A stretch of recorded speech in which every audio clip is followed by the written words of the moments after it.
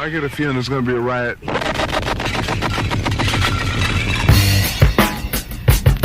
I don't read the newspapers because they all have ugly prints.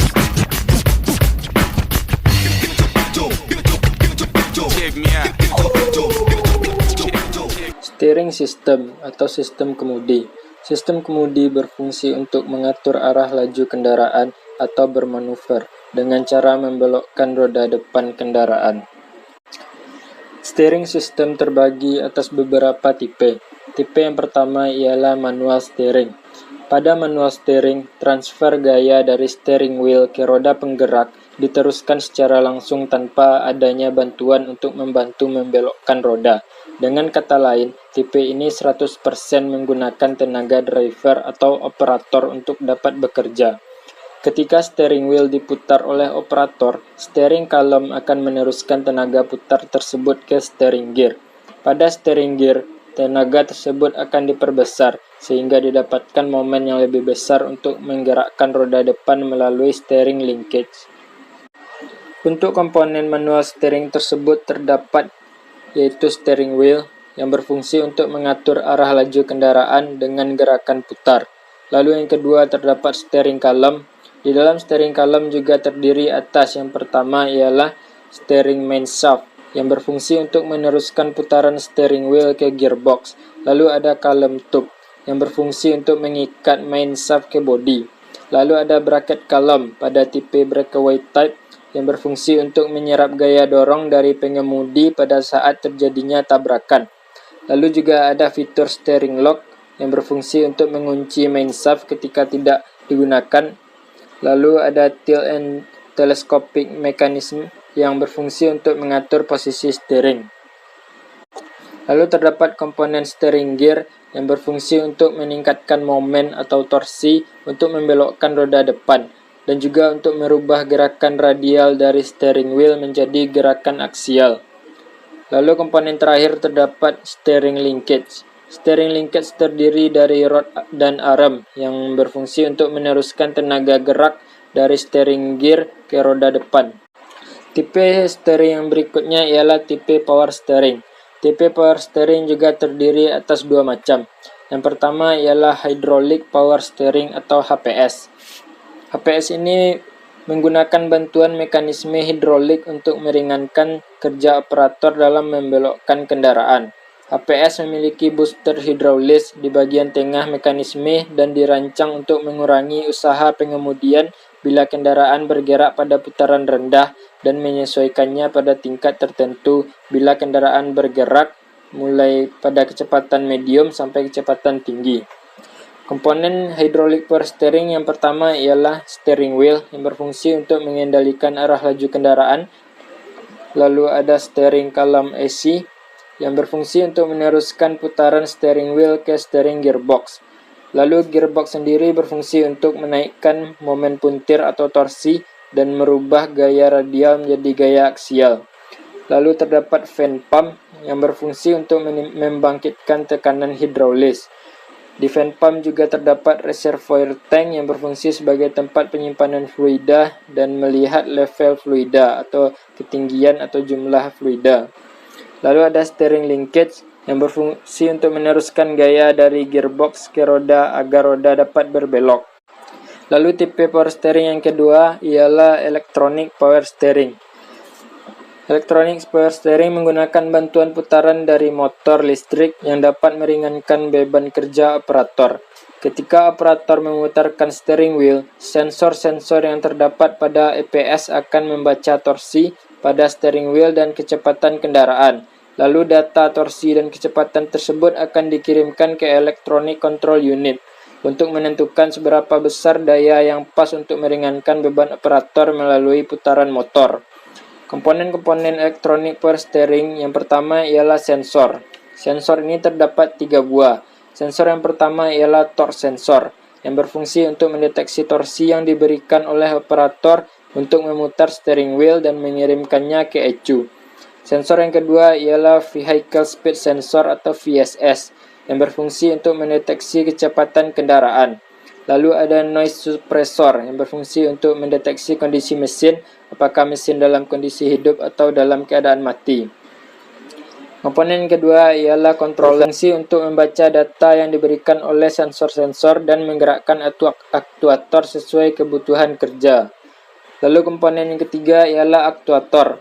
Aktuator terdapat 3 macam atau 3 buah. Yang pertama adalah motor listrik yang membantu meringankan putaran steering wheel. Lalu ada clutch yang berfungsi untuk menghubungkan dan memutuskan motor listrik dengan steering shaft. Lalu ada indikator lamp yang berada pada dashboard kendaraan yang berfungsi untuk memberitahukan kepada operator jika terdapat malfunction pada sistem APS. Pada steering system juga terdapat beberapa permasalahan ketika digunakan. Beberapa permasalahan yang umum terjadi, yang pertama ialah steering wheel yang berat atau pengoperasian steering wheel atau kemudi yang berat. Ini bisa disebabkan oleh beberapa hal. Yang pertama ialah V-belt yang kendor, lalu oli power steering yang berada di bawah level minimum, lalu setelan sektor shaft yang tidak tepat, torque sensor yang malfunction pada electronic power steering, dan motor elektrik yang bermasalah. Untuk pencegahannya atau perbaikannya, kita dapat melakukan pengencangan V-belt, lalu menambahkan oli power steering, lalu memperbaiki torque sensor, dan membersihkan dan memperbaiki motor elektrik. Permasalahan yang kedua ialah steering system yang bergetar ketika dioperasikan. Ini terjadi ketika komponen-komponen steering linkage yang mulai rusak seperti T-rod yang mulai longgar, rack end yang tidak dapat pelumasan lagi. Ini bisa dicegah dengan mengganti komponen-komponen yang rusak. Lalu masalah yang ketiga ialah free play steering yang berlebihan. Ini bisa jadi karena setelan rack yang tidak tepat, bisa jadi terlalu besar atau terlalu kecil. Lalu ada setelan sektor shaft yang tidak tepat. Ini bisa dicegah dengan menyetel kembali setelan tersebut. Permasalahan yang keempat ialah steering tidak seimbang atau berat ke satu sisi. Ini biasanya terjadi ketika setelan two-in, caster angle, dan camber angle yang tidak tepat. Ini bisa diatasi dengan menyetelnya kembali sesuai dengan standar.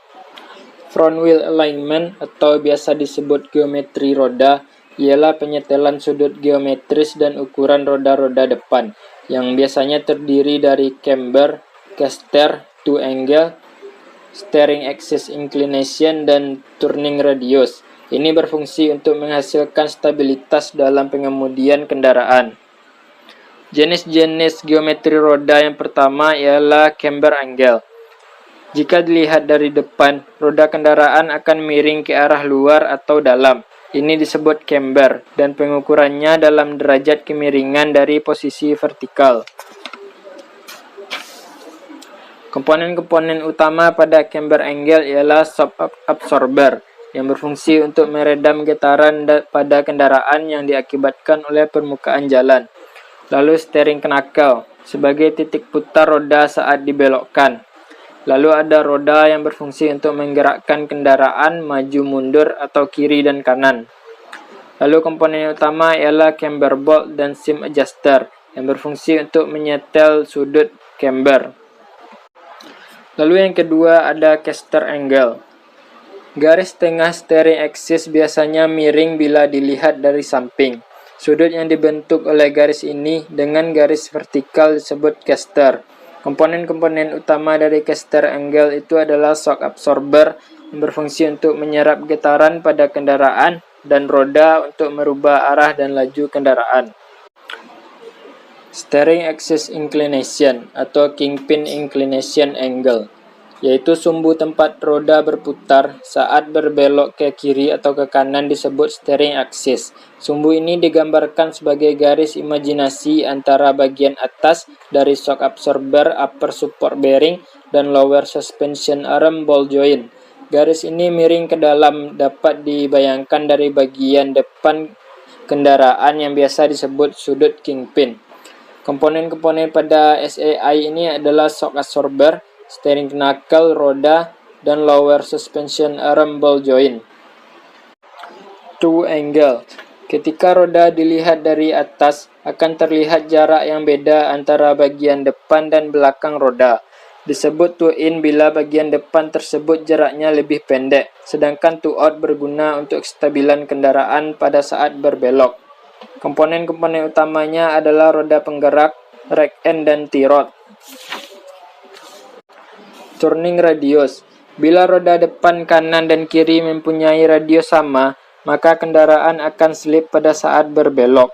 Untuk mencegah hal ini, knuckle arm dan T-rod disusun agar pada saat berbelok, roda-roda sedikit two out. Akibatnya, sudut belok pada inner sedikit lebih besar daripada outer, dan titik pusat putaran roda kiri dan kanan berimpit. Akan tetapi, turning radiusnya berbeda. Prinsip ini disebut prinsip Ackermann. Side slip. Jumlah jarak slipnya roda kiri dan kanan ke arah samping pada saat kendaraan bergerak.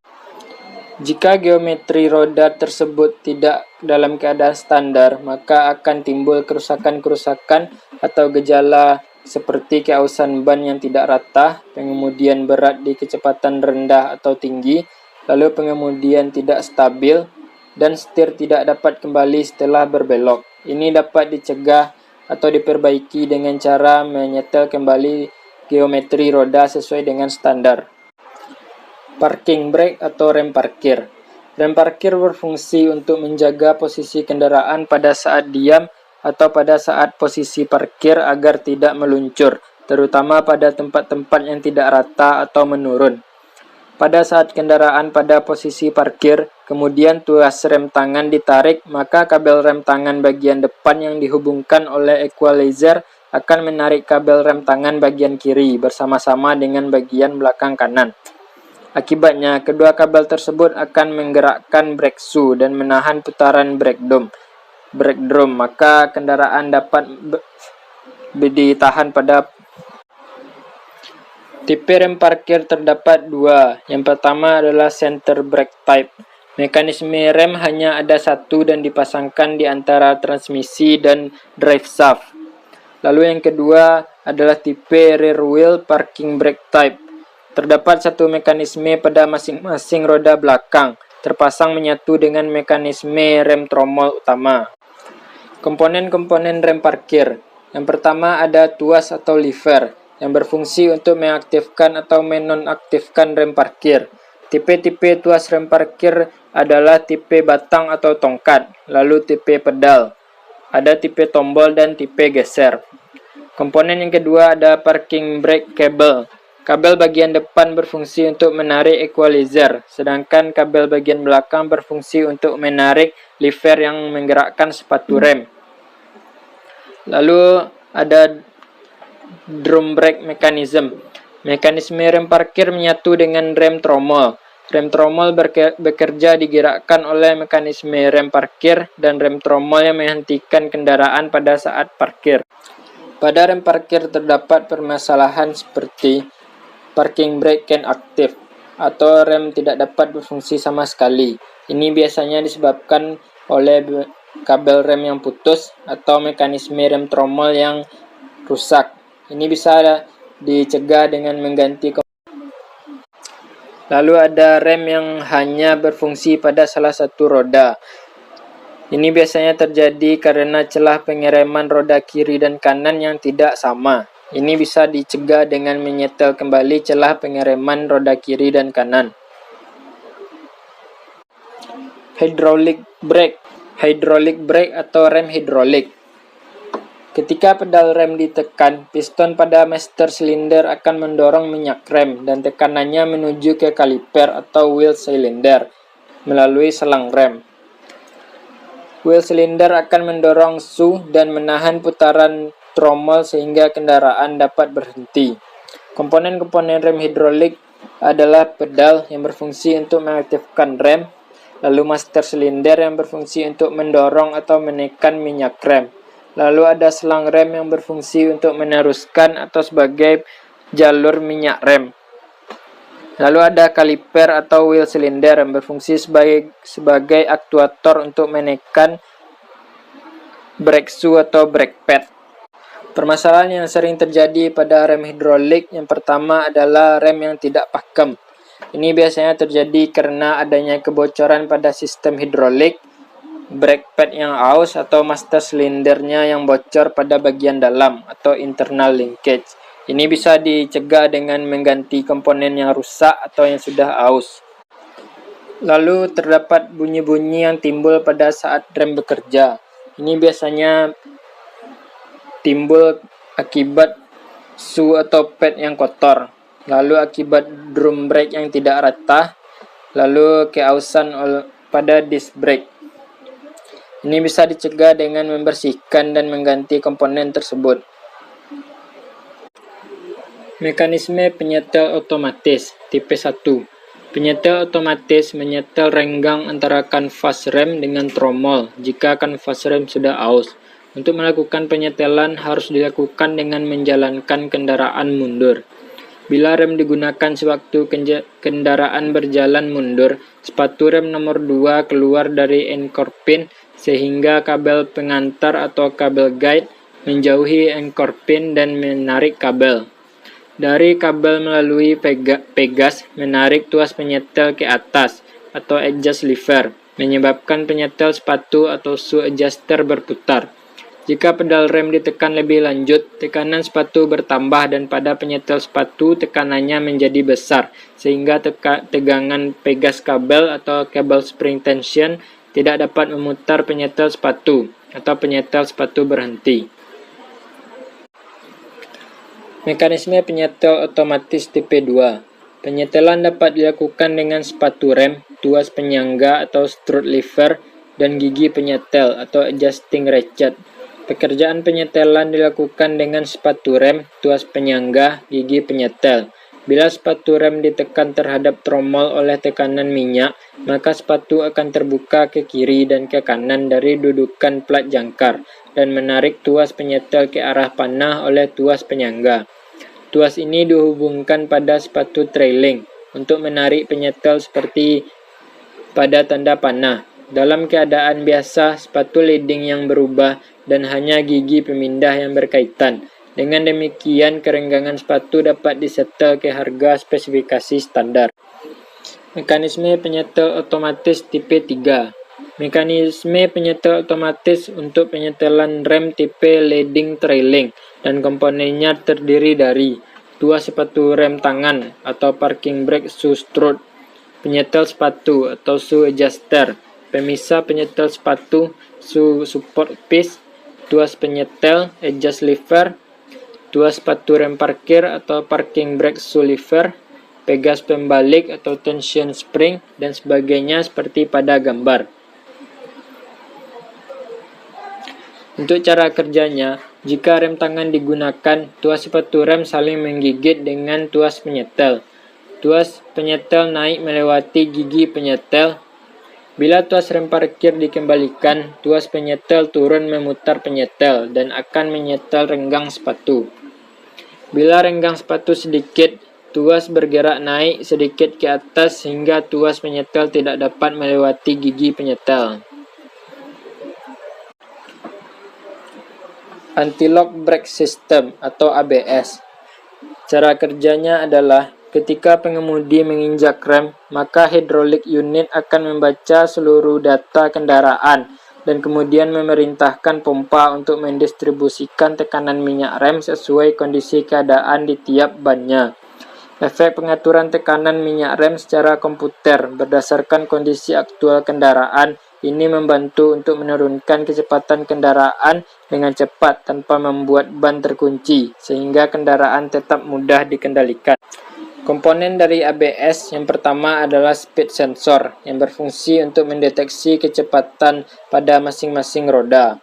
Lalu ada switch lampu rem yang berfungsi untuk mendeteksi tanda pengereman dan mengirim data ke komputer ABS. Lalu anti-lock warning light, lampu menyala untuk memberi tanda jika ABS tidak berfungsi. Lalu ada ABS aktuator yang berfungsi untuk mengontrol tekanan minyak rem pada masing-masing silinder disc brake dengan signal dari komputer ABS. Lalu komputer ABS tersebut berfungsi untuk mengontrol sistem ABS secara elektrikal. Kerusakan pada ABS biasanya adalah rem yang selalu terkunci. Ini biasanya terdapat malfunction pada sensor ABS. Lalu rem tidak dapat